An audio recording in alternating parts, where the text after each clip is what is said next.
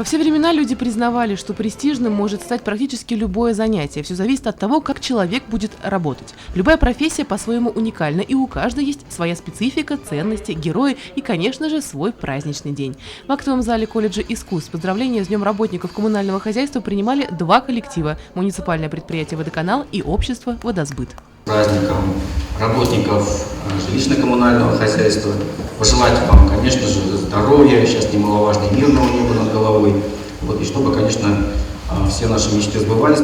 Без повседневной работы данных предприятий сложно представить жизнедеятельность города в целом. Ведь, как говорится, без воды ни туды и ни сюды. Кропотливо трудятся в этой коммунальной сфере преданные выбранному делу люди, удостоившиеся в преддверии праздника почетных грамот от Министерства жилищно-коммунального хозяйства Республики, Совета городского округа, администрации Сибая и самих предприятий.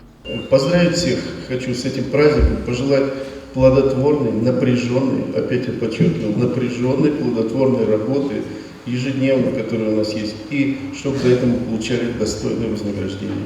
Это самое главное. А самое главное, хочу пожелать, чтобы мы, работая здесь, никогда не забывали о своих близких, о своих семьях, о себе, о друг друге.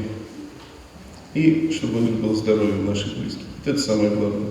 К слову, у работников водоканала и водосбыта профпраздник практически совпал с еще одной памятной датой в календаре. 22 марта вся планета отмечает День воды. Она, как и другие коммунальные блага, уже давно стали привычны для нас настолько, что мы порой не задумываемся, какого труда оно стоит – обеспечить стабильную работу этого огромного хозяйства. А значит, каждый из сотен трудящихся в коммунальной сфере находится на своем месте и вносит вклад в общий успех.